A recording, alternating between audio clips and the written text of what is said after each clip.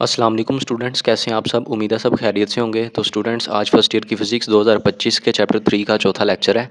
आज के लेक्चर में हम चैप्टर नंबर 3 का 3.3 टॉपिक कवर करेंगे, जो कि एक्सरसाइज का लॉन्ग क्वेश्चन भी है। 3.4 कम्प्रिहेंसिव क्वेश्चन में आप देख सकते हैं ये चौथा लॉन्ग क्वेश्चन है। ठीक है, तो स्टार्ट करते हैं। आर्टिफिशियल सैटेलाइट्स क्या होती हैं, ये बेसिकली आप लोगों ने 9th क्लास की फ़िज़िक्स में चैप्टर नंबर 5 में ये टॉपिक पढ़ा था।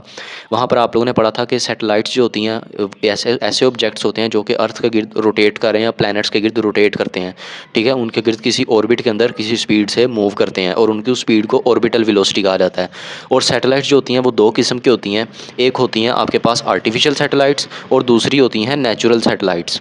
ठीक है, नेचुरल सैटेलाइट्स क्या होती हैं, जो कि नेचुरली कुदरती तौर पर प्लैनेट्स के गिर्द रोटेट कर रही हैं, अर्थ के गिर्द रोटेट कर रही हैं किसी स्पीड से। मिसाल के तौर पर ज़मीन है, ज़मीन के गिर्द जो चाँद है वो मुसलसल मूव कर रहा है किसी स्पीड के साथ, तो चाँद जो है वो भी ज़मीन के गिर्द चूँकि रोटेट कर रहा है, इसीलिए वो सैटेलाइट है और वो नेचुरल सैटेलाइट है। क्योंकि चाँद को इंसान नहीं मूव करवा रहे, बल्कि वो कुदरती तौर पर खुद ही नेचुरली मूव कर रहा है शुरू से।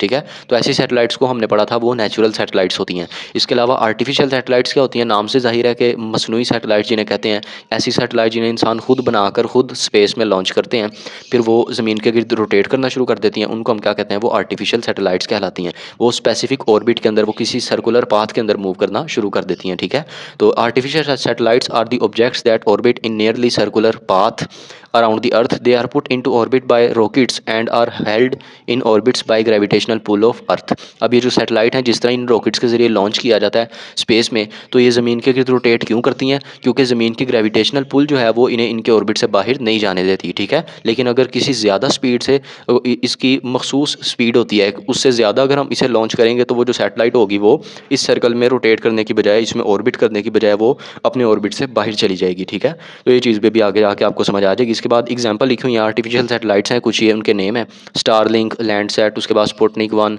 ये जो स्टारलिंक सैटेलाइट है ये बेसिकली कम्युनिकेशन के पर्पज़ के लिए इस्तेमाल की जाती है। लैंडसैट जो है ये वेदर ट्रैकिंग वगैरह के लिए इस्तेमाल की जाती है, मौसमी हालात वगैरह। और जो स्पुतनिक 1 है ये बेसिकली फर्स्ट सैटेलाइट थी जिसे 1957 में लॉन्च किया गया था। इसके अलावा और भी बहुत सारी सैटेलाइट्स हैं, जैसे लियो हो गई। ठीक है, तो ये सारी सैटेलाइट्स अर्थ के गिर्द रोटेट कर रही हैं, जिनका काम क्या है, कम्युनिकेशन पर्पज़, इसके अलावा नेविगेशन पर्पज़ के लिए इस्तेमाल की जाती हैं, ट्रैकिंग पर्पज़ के लिए इस्तेमाल की जाती हैं, मुख्तलिफ़ किस्म के मौसमों वगैरह को पहचानने के लिए, उनको उनकी निशानदेही करने के लिए इस्तेमाल की जाती हैं। ठीक है, तो ये आर्टिफिशियल सैटेलाइट है। इसके बाद आगे इनकी एक्सप्लेनेशन लिखी हुई है। एक्सप्लेनेशन में सबसे पहली हेडिंग है हमारी एक्सेलरेशन ऑफ सैटेलाइट। चूँकि सैटेलाइट जो है वो रोटेट कर रही है, वो मूव कर रही है किसी स्पीड या वेलोसिटी के साथ, तो उसका कोई ना कोई स्पेसिफिक एक्सेलरेशन भी है, जिसको हम क्या कह रहे हैं, वो उसका सेंट्रीपिटल एक्सेलरेशन है। क्यों? क्योंकि उस एक्सेलरेशन की जो डायरेक्शन है वो सेंटर की तरफ है। ठीक है, और सेंट्रीपिटल फोर्स जो है वो बेसिकली उस सैटेलाइट को सर्कल के अंदर घूमने पे मजबूर कर रही है। और उस टाइम पे वो जो सेंट्रीपिटल फोर्स है वो कौन है, वो है ज़मीन की ग्रेविटेशनल फोर्स ऑफ अट्रैक्शन, जिसने सैटेलाइट को अपनी तरफ पुल करके रखा हुआ है ताकि वो अपने ऑर्बिट से बाहर ना जाए। ठीक है, the low flying earth satellites have acceleration 9.8 metre per second square towards the centre of earth. तो ये जो लो फ्लाइंग अर्थ सैटेलाइट्स हैं, इनका एक्सेलरेशन यहाँ पे लिखा हुआ है 9.8 मीटर पर सेकंड स्क्वायर। ये वैल्यू हमने पहले भी पढ़ी हुई है, ये हमें ज़ुबानी याद है, ये जी की वैल्यू है बेसिकली। ठीक है, ग्रेविटेशनल एक्सेलरेशन या आपने याद रखनी है, एमसीक्यूज न्यूमेरिकल वगैरह में काफ़ी इसका इस्तेमाल होता है। बाकी लो फ्लाइंग अर्थ सैटेलाइट का क्या मतलब है, कुछ सैटेलाइट हैं जो कि ज़मीन से कम ऊंची हैं। ठीक है, उसका उनका फासला ज़मीन से कम है। कुछ सैटेलाइट हैं जो कि ज़मीन के गिर्द रोटेट कर रही हैं, ऑर्बिट के अंदर सर्कल के अंदर मूव कर रही हैं, लेकिन उनका फासला बहुत ज़्यादा है। मिसाल के तौर पर जो लो फ्लाइंग अर्थ सैटेलाइट्स हैं उनका फासला तकरीबन 2000 किलोमीटर होता है। ठीक है, मैक्सिमम। इसके अलावा जो हाई फ्लाइंग सैटेलाइट्स हैं उनका फासला तकरीबन 35,000 36,000 किलोमीटर के करीब होता है। तो ये आप लोग इस तरह इस चीज़ को याद रख सकते हैं कि कुछ सैटेलाइट्स हैं जो कि लो हैं, कुछ सैटेलाइट्स हैं जो कि हाई हैं। ठीक है, उनके पर्पज़ भी फिर ज़्यादा इंपॉर्टेंट और अनइम्पॉर्टेंट में आ जाते हैं।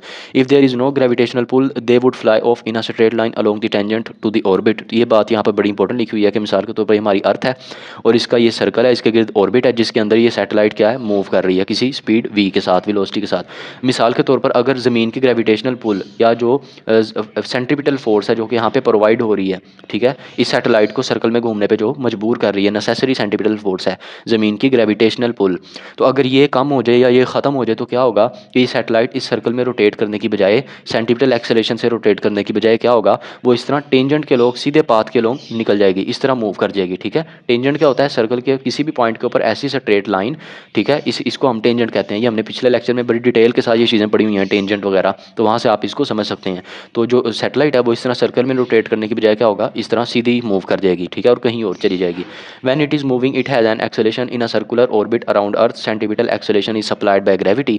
तो ये मैंने अभी आपको एक्सप्लेन कर दिया, जो सेंटीपिटल एक्सेलरेशन होता है वो ग्रेविटी की वजह से सप्लाई होता है। तो ये आप देख सकते हैं यहाँ पर, ये एक्सेलरेशन का फार्मूला है जो हमने पिछले लेक्चर में पढ़ा था, centripetal acceleration AC is equal v²/r। तो AC की जगह पर हम क्या जी पुट कर देंगे। ठीक है, क्योंकि हमने यहाँ पर 9.8 metre per second square value use की है। हम यहाँ पर लो फ्लाइंग सैटेलाइट्स की फिलहाल बात कर रहे हैं। ये v² ऐसे ही आ जाएगा, और स्मॉल r की जगह आपने कैपिटल R पुट कर देना, जो कि बेसिकली क्या है, अर्थ का रेडियस है। ठीक है, where v is the orbital velocity, r is the radius of Earth. Orbital velocity क्या होती है, ये भी आगे चल के आएगा, ये भी लॉन्ग क्वेश्चन हम आज के लेक्चर में ही कवर करेंगे। बाकी फिलहाल मैं बता देता हूँ ये क्या होता है। ऑर्बिटल वेलोसिटी बेसिकली सैटेलाइट की वेलोसिटी होती है, जिस वेलोसिटी के साथ सैटेलाइट अपने ऑर्बिट के अंदर मूव कर रही होती है किसी स्पीड के साथ। ठीक है, उस स्पीड को हम कहते हैं उस सैटेलाइट की ऑर्बिटल वेलोसिटी। अगर वो वेलोसिटी ना हो तो सैटेलाइट क्या होगी, वो टेंजेंट के लोग मूव कर जाएगी, स्ट्रेट पाथ के अंदर मूव कर जाएगी, रोटेट करने की बजाय। वैल्यू ऑफ ऑर्बिटल वेलोसिटी, अब आपने इस ऑर्बिटल वेलोसिटी की वैल्यू फाइंड करनी है, तो सिंपल हम क्या करेंगे, यही फार्मूला दोबारा यहाँ पर लिखा है, G इज इक्वल v²/r। यहाँ से आप v² की वैल्यू फाइंड करें, r डिवाइड हो रहा है, इधर जाके मल्टीप्लाई हो गया, दोनों तरफ स्क्वायर रूट ले लें ताकि इस स्क्वायर रूट से कैंसिल हो जाए। यहाँ रह जाएगा v और इधर रह जाएगा gr का स्क्वायर रूट। इसमें आप वैल्यूज पुट कर देंगे सिंपली। ठीक है, जब हम इसमें वैल्यूज पुट करेंगे तो क्या होगा, g की जगह 9.8 आ जाएगा, r चूँकि अर्थ का रेडियस है, इसकी वैल्यू हमें जुबानी याद है, MCQs में भी आती होती है, 6400 किलोमीटर। तो इसकी जगह आपने वैल्यू पुट कर दी है, किलो की जगह 10⁻³ पुट कर दिया। ठीक है, ये आप सोल्व करें इसे, इसका स्क्वायर रूट लें कैलकुलेटर पे, आपका आंसर आ जाएगा 7.9 10⁻³ मीटर पर सेकंड। और 10⁻³ की जगह अगेन हमने क्या लिख दिया, किलो लिख दिया।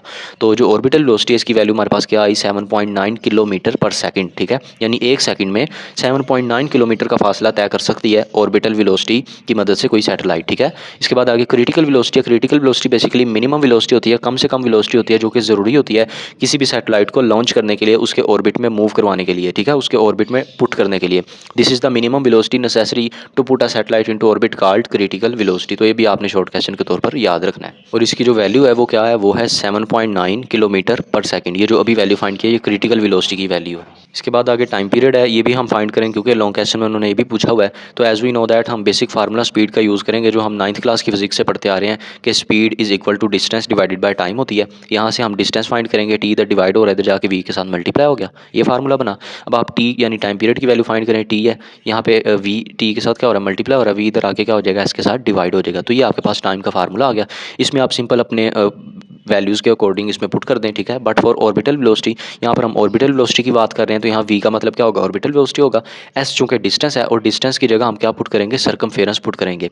सर्कमफेरेंस क्यों पुट करें, क्योंकि सैटेलाइट जो है वो किसी ऑर्बिट के अंदर, किसी सर्कल के अंदर मूव कर रही है, और सर्कल का जो कंप्लीट डिस्टेंस होता है, कोई भी ऑब्जेक्ट जो एक सर्कल के अंदर कंप्लीट सर्कल में कंप्लीट रेवोल्यूशन मुकम्मल करे, तो उसका जो डिस्टेंस होता है एस, वो सर्कल का सर्कमफेरेंस होता है, जिसे कहते हैं सर्कल की बाउंड्री की लेंथ। ठीक है, जिसका फार्मूला होता है C is equal to 2πr। तो यहाँ हमने एस की जगह C पुट कर दिया। ठीक है, और सी की जगह 2πr पुट करेंगे क्योंकि सर्कल का सर्कमफेरेंस है, और आर का मतलब क्या है, ये है रेडियस। ठीक है, नाउ पुटिंग वैल्यूज, अब आप इसमें वैल्यूज पुट करें, 2 ऐसे आ जाएगा, पाई की वैल्यू हमें पता है 3.14 या 22/7 होती है। आर की जगह 6400 किलोमीटर आ गया, वही जो पिछले पेज पे भी यूज़ की थी, अर्थ का रेडियस। और वी की जगह जो भी आपने पिछले पेज पे ऑर्बिटल वेलोसिटी फाइंड किया वो पुट कर देंगे। किलोमीटर किलोमीटर से कैंसिल हो जाएगा, ये सारा कुछ आप ऐसे ही कैलकुलेटर पर लिखें, डिवाइड करें, मल्टीप्लाई करें, आपका आंसर आ जाएगा 5060 सेकंड। अब इस सेकंड को मिनट में आप कन्वर्ट कर लें, तो इस वैल्यू को मिनट में किस तरह कन्वर्ट करना है, आप लोगों को पता है 1 मिनट जो होता है वो 60 सेकंड के इक्वल होता है। तो आप सिंपली इस वैल्यू को 60 से डिवाइड कर दें, 5060 को 60 से डिवाइड करें, आपका आंसर आ जाएगा approximately 84 metre per second, 84 minute. ठीक है, ये बेसिकली वो टाइम है जो हमने यहाँ पर फाइंड करना था। इसके बाद अगली लास्ट हेडिंग है लॉन्ग क्वेश्चन की, वो है डिपेंडेंस ऑफ एक्सेलरेशन या सेंटीपिटल एक्सेलरेशन।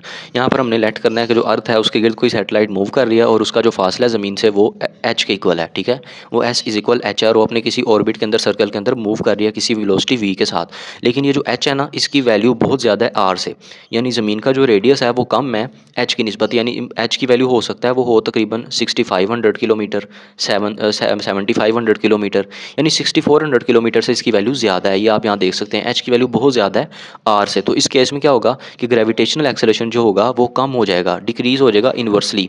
उसकी वजह क्या, उसकी वजह यह है कि जिस तरह हम अर्थ से दूर जाते जाते हैं उसकी ग्रेविटेशनल पुल कम होती जाती है। तो इसी वजह से जो सैटेलाइट है, चूँकि वो ज़मीन ज़मीन के रेडियस की वैल्यू उसके आगे बहुत ज़्यादा कम है, वो बहुत ज़्यादा डिस्टेंस पर मौजूद है, तो इसलिए जो होगा वो आपके पास ग्रेविटेशनल एक्सेलरेशन होगा वो उसकी वैल्यू भी डिक्रीज़ होती रहेगी, यानी जी की वैल्यू डिक्रीज़ होती जाएगी। तो ये चीज़ यहाँ पर उन्होंने लिखी हुई है, इसको आप रीड कर लें, बिल्कुल सिंपल सी बात है। इसके बाद एक नोट है कि ग्रेविटेशनल एक्सेलरेशन कम होने की वजह से क्या होगा कि इसकी जो सैटेलाइट है इसकी स्पीड भी कम हो जाएगी, और स्पीड कम होने की वजह से जाहिर सी बात है इसे कम टाइम लगेगा एक सर्कल कंप्लीट करने में, एक रेवोल्यूशन कंप्लीट करने में। तो ये चीज़ यहाँ पर उन्होंने लिखी हुई है। बाकी ये फार्मूले कुछ यहाँ लिखे हैं जिनकी मदद से उन्होंने सारा कुछ एक्सप्लेन किया कि जी की वैल्यू कम होगी तो आर की वैल्यू ज़्यादा हो जाएगी, स्पीड कम होगी तो टाइम बढ़ जाएगा। तो ये फार्मूले भी आप जहन में रख सकते हैं, ठीक है। इसके बाद जो हमारा अगला टॉपिक है वो है ऑर्बिटल वेलोसिटी। ये भी एक्सरसाइज का लॉन्ग क्वेश्चन नंबर 3.5 है, बिल्कुल छोटा सा टॉपिक है, इसको भी कवर कर लेते हैं। तो ऑर्बिटल वेलोसिटी लेक्चर के स्टार्ट में मैंने आपको बताया था कि वो वेलोसिटी होती है जिससे कोई भी सैटेलाइट अपने सर्कुलर ऑर्बिट के अंदर मूव कर सके, ठीक है। ये नेसेसरी होती है, रिक्वायर्ड होती है, ये ज़रूरी होती है। अगर ये स्पीड ना हो तो सैटेलाइट क्या होगी, अपने सर्कुलर ऑर्बिट से बाहर निकल जाएगी। The velocity required for a satellite to remain in its particular orbit is called orbital velocity, ठीक है। इसकी एक्सप्लेनेशन यहाँ पर अब लिखी हुई है, यही डायग्राम को उन्होंने यहाँ पे एक्सप्लेन किया। Let the mass of satellite is m s, ये जो सैटेलाइट है इसका मास क्या है, हमने लेट कर लिया एम एस है। The mass of Earth is capital M and r represent the radius of orbit, और इस ऑर्बिट का जो रेडियस है वो बेसिकली क्या है, स्मॉल आर के इक्वल है। A centripetal force F is equal to M V square over R is required to hold the satellite in orbit. This force is provided by gravitational force of attraction between earth and satellite. तो यहाँ पर अब एक centripetal force की जरूरत होगी जो कि इस सैटेलाइट को इस सर्कुलर ऑर्बिट में मूव करवाए, ठीक है, इसे इस सर्कल में घूमने पे मजबूर करे, नेसेसरी सेंट्रिपिटल फोर्स। और वो बेसिकली क्या है, वो ज़मीन की ग्रेविटेशनल पुल है या ग्रेविटेशनल फोर्स ऑफ अट्रैक्शन है। इसीलिए अब हम यहाँ पर क्या करेंगे, एफ सी की जगह पर एफ ई पुट कर देंगे। एफ सी एफ ई के इक्वल है, ज़मीन की ग्रेविटेशनल फोर्स बेसिकली किसके इक्वल है, सेंट्रिपिटल फोर्स के इक्वल है। तो ये चीज़ आपने यहाँ पर याद रखनी है। एफ सी की जगह हम M V square over R put कर देंगे। यहाँ पर चूँकि एम की जगह पर हम एम एस पुट करें क्योंकि सैटेलाइट जो है उसका मैस यहाँ पर हमने लेट किया हुआ है एम एस, तो यहाँ पर आपने एम एस पुट कर देना है और वी स्क्वायर ओवर आर ऐसे ही आ जाएगा। और ये जो एफ ई है इसका फार्मूला आप लोगों ने 9th क्लास की फिजिक्स में पढ़ा था, G is equal to M M E over R square. तो यही फार्मूला यहाँ पर हमने यूज़ किया, बस सिंपल हमने एम की जगह पर एस पुट कर दिया जो कि बेसिकली ज़मीन की ग्रेविटेशनल पुल है, ग्रेविटेशनल फोर्स ऑफ अट्रैक्शन है, ठीक है। अब आपने क्या करना है, सिंपली यहाँ से मजीद इसे सोल्व करना है, वी की वैल्यू फाइंड करनी है। एम एस यहाँ मल्टीप्लाई हो रहा है, इधर आके डिवाइड हो जाएगा, और आर यहाँ पर डिवाइड हो रहा है, इधर आके मल्टीप्लाई हो जाएगा। आगे आपने इसकी मजीद कटिंग कर देनी है, एम एस से कट जाएगा, ये आर दो नीचे आर का स्क्वायर है, इससे कैंसिल हो जाएगा। तो बाकी आपके पास जो वैल्यू बच जाएगी उनको आपने यहाँ पर ऐसे ही लिख लेना है। तो v square is equal to G M और आर सिर्फ बच जाएगा, ठीक है। एम एस यहाँ पर कट हो चुका है, यही बात अभी आगे चलकर हम पढ़ेंगे भी कि एम एस से कैंसिल हो गया। इसका मतलब जो सैटेलाइट का मैस है वो अनइम्पोर्टेंट होता है, उसकी फिलहाल ज़रूरत नहीं होती, वो इंडिपेंडेंट होता है, ठीक है। वी यहाँ से वी स्क्वायर आ जाएगा और नीचे ये वैल्यू ऐसी आ जाएगी, दोनों तरफ आप स्क्वायर रूट ले लें ताकि स्क्वायर कैंसिल हो जाए। यहाँ रह जाएगा वी और इधर जी एम ओवर आर। तो यही वो फार्मूला जो कि हमने फाइंड करना था, ऑर्बिटल वेलोसिटी का formula. So the speed of any satellite orbiting in its orbit which shows that mass of satellite is unimportant. तो ये चीज़ मैंने अभी आपको एक्सप्लेन कर दी है। एम एस जो है वो अनइम्पोर्टेंट क्यों है, क्योंकि वो यहाँ पर कैंसिल हो चुका है, और जो मैस है वो इंडिपेंडेंट है, सैटेलाइट का मैस वो किसी भी चीज़ पे डिपेंड नहीं कर रहा। Any speed less than this speed will bring satellite tumbling back to the Earth, कि यानी ये जो स्पीड है ये रिक्वायर्ड है, ये ज़रूरी है। अगर ऑर्बिटल वेलोसिटी ना हो, ऑर्बिटल स्पीड ना हो, सैटेलाइट किसी और स्पीड से मूव कर रही हो, तो वो या ज़मीन की तरफ वापस आ जाएगी या तो अपने सर्कुलर ऑर्बिट से टेंजेंट के लोग बाहर चली जाएगी। तो ये स्पीड जो है वो रिक्वायर्ड होती है ऑर्बिटल वेलोसिटी। तो ये यहाँ तक आज का लेक्चर था। आज के लेक्चर में हमने 2 लॉन्ग क्वेश्चन को कवर किया। बाकी फिर भी अगर आप लोगों ने पिछले लेक्चर नहीं समझे तो उनको पहले अच्छे से समझें, फिर आपको आज के लेक्चर की कुछ टर्म्स जो हैं वो मज़ीद समझ आ जाएंगी। तो मुझे उम्मीद है आज का लेक्चर आपको समझ आया होगा। अगर आपको वीडियो अच्छी लगी इसको लाइक करें, अपने फ्रेंड्स के साथ शेयर करें और हमारे चैनल को सब्सक्राइब करें। मिलते हैं आपसे अगले लेक्चर में, अपना ख्याल रखिएगा। अल्लाह हाफिज़।